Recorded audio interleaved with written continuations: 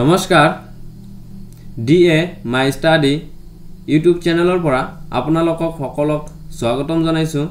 এই ভিডিঅ'টোত আজি আমি আলোচনা কৰিম আসাম পুলিচৰ সাধাৰণ জ্ঞানৰ ওপৰত।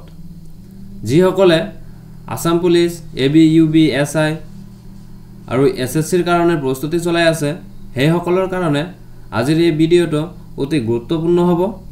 আজি ভিডিঅ'টোৰ প্ৰথমটো প্ৰশ্ন, Which is the biggest country in the world by area? বিশ্বৰ কোনখন দেশ মাটিকালিৰ ক্ষেত্ৰত আটাইতকৈ ডাঙৰ? বিশ্বৰ কোনখন দেশ মাটিকালিৰ ক্ষেত্ৰত আটাইতকৈ ডাঙৰ? ৰাছিয়া। মনত ৰাখিব, ৰাছিয়া হৈছে বিশ্বৰ দেশবোৰৰ ভিতৰত আটাইতকৈ ডাঙৰ। তাৰ পাছৰটো প্ৰশ্ন, On which date is Obirosi Sport Day celebrated in Assam? অসমত কোন তাৰিখে অভিৰুচি ক্ৰীড়া দিৱস পালন কৰা হয়? অসমৰ কোন তাৰিখে অভিৰুচি ক্ৰীড়া দিৱস পালন কৰা হয়? 3 ছেপ্টেম্বৰ। 3 ছেপ্টেম্বৰত অসমত অভিৰুচি ক্ৰীড়া দিৱস পালন কৰা হয়। মনত ৰাখিব, 3 ছেপ্টেম্বৰত অসমত অভিৰুচি ক্ৰীড়া দিৱস পালন কৰা হয়। তাৰ পাছৰটো প্ৰশ্ন, Who was the first Assamese woman to receive the Arjun Award? Arjun বঁটা লাভ কৰা প্ৰথম গৰাকী অসমীয়া মহিলা কোন? অৰ্জুন বঁটা লাভ কৰা প্ৰথম গৰাকী অসমীয়া মহিলা কোন? মোনালিসা বৰুৱা মেহতা। মনত ৰাখিব, মোনালিসা বৰুৱা মেহতা। অৰ্জুন বঁটা লাভ কৰা প্ৰথম গৰাকী অসমীয়া হৈছে মোনালিসা বৰুৱা মেহতা। আৰু অৰ্জুন বঁটা লাভ কৰা প্ৰথম অসমীয়া কোন আছিল? অৰ্জুন বঁটা লাভ কৰা প্ৰথম অসমীয়া আছিল বগেশ্বৰ বৰুৱা। বগেশ্বৰ বৰুৱা আছিল অৰ্জুন বঁটা লাভ কৰা প্ৰথম অসমীয়া। আৰু অৰ্জুন বঁটা লাভ কৰা প্ৰথম গৰাকী অসমীয়া মহিলা আছিল মোনালিসা বৰুৱা মেহতা। মনত ৰাখিব। তাৰ পাছৰটো প্ৰশ্ন, Which two planets of the solar system have no satellites? সৌৰজগতৰ কোন দুটা গ্ৰহৰ কোনো উপগ্ৰহ নাই? কোন দুটা গ্ৰহৰ কোনো উপগ্ৰহ নাই? মাৰ্কুৰী এণ্ড ভেনাছ, বুধ আৰু শুক্ৰ। সৌৰজগতৰ বুধ আৰু শুক্ৰ গ্ৰহৰ কোনো উপগ্ৰহ নাই। বহুত ইম্পৰ্টেণ্ট হয়, মনত ৰাখিব যে সৌৰজগতৰ বুধ আৰু শুক্ৰ গ্ৰহৰ কোনো উপগ্ৰহ নাই। তাৰ পাছৰটো প্ৰশ্ন, Who was the first Muslim president of India? ভাৰতৰ প্ৰথম মুছলমান সভাপতি কোন আছিল? ভাৰতৰ প্ৰথম মুছলমান সভাপতি কোন আছিল? জাকিৰ হুছেইন। মনত ৰাখিব, জাকিৰ হুছেইন আছিল ভাৰতৰ প্ৰথম মুছলমান সভাপতি। তাৰ পাছৰটো প্ৰশ্ন, Where is the headquarters of International Cricket Council located? আন্তঃৰাষ্ট্ৰীয় ক্ৰিকেট পৰিষদৰ মুখ্য কাৰ্যালয় ক'ত অৱস্থিত?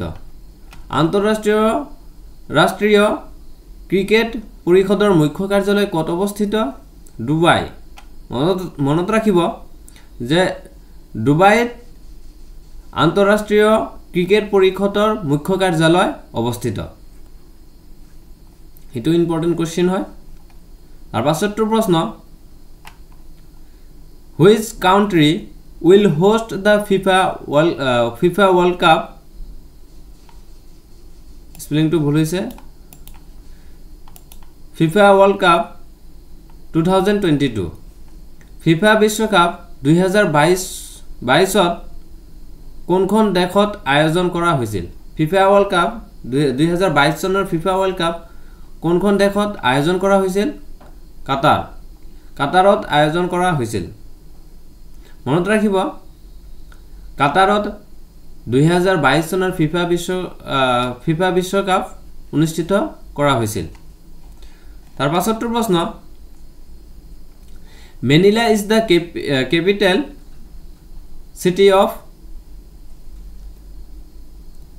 মেনিলা কোনখন দেশৰ ৰাজধানী চহৰ মেনিলা কোনখন দেশৰ ৰাজধানী চহৰ ফিলিপিনছৰ ৰাজধানী চহৰ ফিলিপিনছৰ ৰাজধানী হৈছে মেনিলা মনত ৰাখিব যে মেনিলাৰ ৰাজধানী হৈছে ফিলিপিনছ আৰু মেনিলা কোনখন দেশৰ ৰাজধানী চহৰ ফিলিপিনছৰ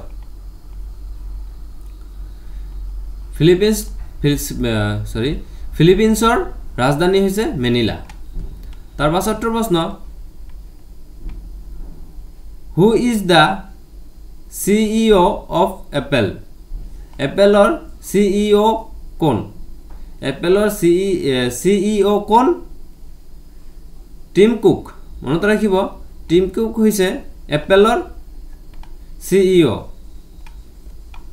তাৰ পাছৰটো প্ৰশ্ন which country has the longest boundary with India ভাৰতৰ কোনখন দেশৰ সৈতে সৰ্বাধিক দীঘলীয়া সীমা আছে ভাৰতৰ কোনখন দেশৰ সৈতে সৰ্বাধিক দীঘলীয়া ভাৰতে কিমানখন দেশৰ সৈতে সীমা ভাগ বতৰা কৰে 7খন দেশৰ সৈতে সীমা ভাগ বতৰা কৰে যেনে আছে পাকিস্তান লগত সীমা ভাগ বতৰা কৰে তাৰ পিছত আছে আফগানিস্তান চীন তাৰ পিছত আছে নেপাল ভুটান म्यांमार এণ্ড বাংলাদেশ এই দেশবোৰৰ ভিতৰত ভাৰতে কোনখন দেশৰ সৈতে আটাইতকৈ বা সৰ্বাধিক দীঘলীয়া সীমা ভাগ বতৰা কৰে বাংলাদেশ মনত ৰাখিব ভাৰতে বাংলাদেশৰ সৈতে সৰ্বাধিক দীঘলীয়া সীমা ভাগ বতৰা কৰে আৰু বাংলাদেশৰ সৈতে 4096 কিলোমিটাৰ সীমা ভাগ বতৰা কৰে বহুত ইম্পৰ্টেন্ট প্ৰশ্ন হয় আৰু এই বৰ্ডাৰখন পৃথিৱীৰ ভিতৰত 5তম দীঘলীয়া land border 5th longest land border in the world tar pasotto proshno where is the headquarter of SAARC মুখ্য কাৰ্যালয় কত SAARCৰ মুখ্য কাৰ্যালয় হৈছে কাঠমাণ্ডু মনত ৰাখিব SAARCৰ মুখ্য কাৰ্যালয় হৈছে কাঠমাণ্ডু আৰু SAARCৰ ফুল ফৰ্ম হৈছে South Asian Association for Regional Cooperation আৰু এই SAARCৰ মুখ্য কাৰ্যালয় হৈছে কাঠমাণ্ডু আৰু SAARC গঠন কৰা হৈছিল ঢাকা বাংলাদেশত গঠন কৰা হৈছিল আৰু ইয়াৰ মুখ্য কাৰ্যালয় হৈছে নেপালৰ ৰাজধানী কাঠমাণ্ডুত ইয়াৰ মুখ্য কাৰ্যালয় তাৰ পাছৰটো প্ৰশ্ন What is the SI unit of energy শক্তিৰ SI একক কি বহুত ইম্পৰ্টেন্ট প্ৰশ্ন শক্তিৰ SI একক কি শক্তিৰ SI একক হৈছে ঝোল মনত ৰাখিব ঝোল হৈছে শক্তিৰ SI একক তাৰ পাছৰটো প্ৰশ্ন What is the largest desert in the world পৃথিৱীৰ ভিতৰত সবাতোকৈ ডাঙৰ মৰুভূমি কোনখন পৃথিৱীৰ ভিতৰত আটাইতকৈ ডাঙৰ মৰুভূমিখন হৈছে সাহাৰা ডিজাৰ্ট বা সাহাৰা মৰুভূমি হৈছে পৃথিৱীৰ আটাইতকৈ ডাঙৰ মৰুভূমি আৰু এই মৰুভূমি আফ্ৰিকা মহাদেশত অৱস্থিত আফ্ৰিকা মহাদেশৰ নৰ্থ আফ্ৰিকাত অৱস্থিত বহুত ইম্পৰ্টেন্ট প্ৰশ্ন মনত ৰাখিব যে সাহাৰা মৰুভূমি হৈছে পৃথিৱীৰ ভিতৰত আটাইতকৈ ডাঙৰ মৰুভূমি আৰু এই মৰুভূমি আফ্ৰিকা মহাদেশত অৱস্থিত আফ্ৰিকা মহাদেশৰ নৰ্থ আফ্ৰিকাত অৱস্থিত তাৰ পাছৰটো প্ৰশ্ন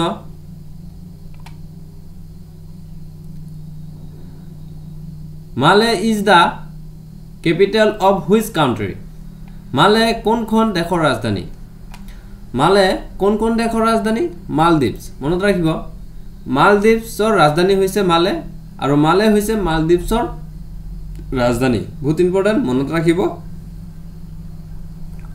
তাৰ পাছৰটো প্ৰশ্ন who is the first women speaker of Lok Sabha লোকসভাৰ প্ৰথম মহিলা অধ্যক্ষ কোন আছিল লোকসভাৰ প্ৰথম মহিলা অধ্যক্ষ কোন আছিল মীৰা কুমাৰ বহুত ইম্পৰ্টেণ্ট প্ৰশ্ন মীৰা কুমাৰ আছিল লোকসভাৰ প্ৰথম মহিলা অধ্যক্ষ বহুত ইম্পৰ্টেণ্ট যে লোকসভাৰ প্ৰথম মহিলা অধ্যক্ষ কোন আছিল মীৰা কুমাৰ মনত ৰাখিব তাৰ পাছতৰ প্ৰশ্ন concept of Sikpo movement originally came from Sikpo আন্দোলনৰ ধাৰণাটো মূলত কোনখন ৰাজ্যৰ পৰা আহিছিল Sikpo আন্দোলনৰ ধাৰণাটো মূলত কোনখন ৰাজ্যৰ পৰা আহিছিল ৰাজস্থান ৰাজ্যৰ পৰা Sikpo আন্দোলনৰ ধাৰণাটো আহিছিল বহুত ইম্পৰ্টেণ্ট মনত ৰাখিব যে Sikpo আন্দোলনৰ ধাৰণাটো মূলত কোনখন ৰাজ্যৰ পৰা আহিছিল ৰাজস্থান ৰাজ্যৰ পৰা Sikpo আন্দোলনৰ ধাৰণাটো আহিছিল তাৰ পাছৰ প্ৰশ্ন The first battle of Panipat was পানিপতৰ প্ৰথম যুদ্ধ কাৰ মাজত সংঘটিত হৈছিল পানিপতৰ প্ৰথম যুদ্ধ কাৰ মাজত সংঘটিত হৈছিল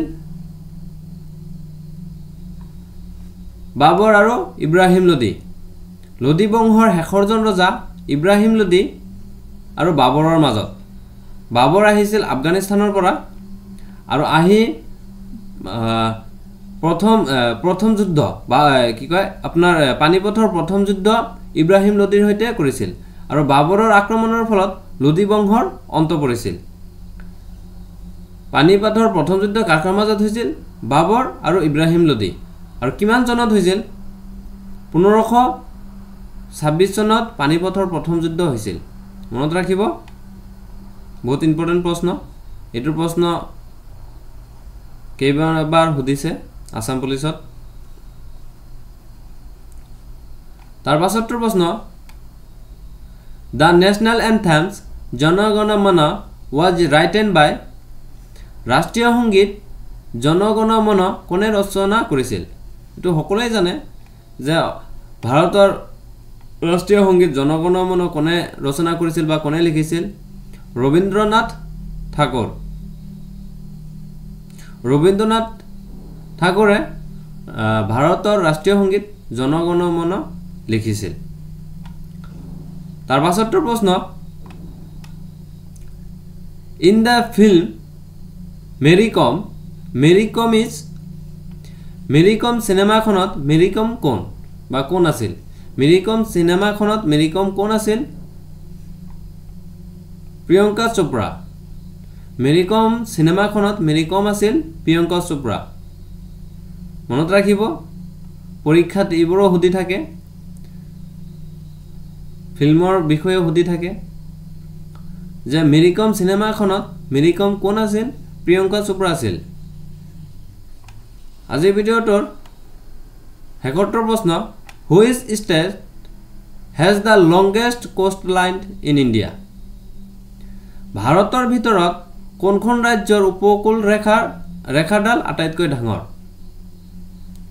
যি হিমা মানে সাগৰৰ কাষেৰে যিবোৰ ৰাজ্য আছে সেই ৰাজ্যৰ যি উপকূল আছে সেই উপকূল কোনখন ৰাজ্যৰ আটাইতকৈ ডাঙৰ বা আটাইতকৈ দীঘল ভাৰতৰ ভিতৰত কোনখন ৰাজ্যৰ উপকূল ৰেখাডাল আটাইতকৈ ডাঙৰ গুজৰাট মনত ৰাখিব গুজৰাট ৰাজ্যৰ ভাৰতৰ ভিতৰত গুজৰাট ৰাজ্যৰ উপকূল ৰেখাডাল আটাইতকৈ ডাঙৰ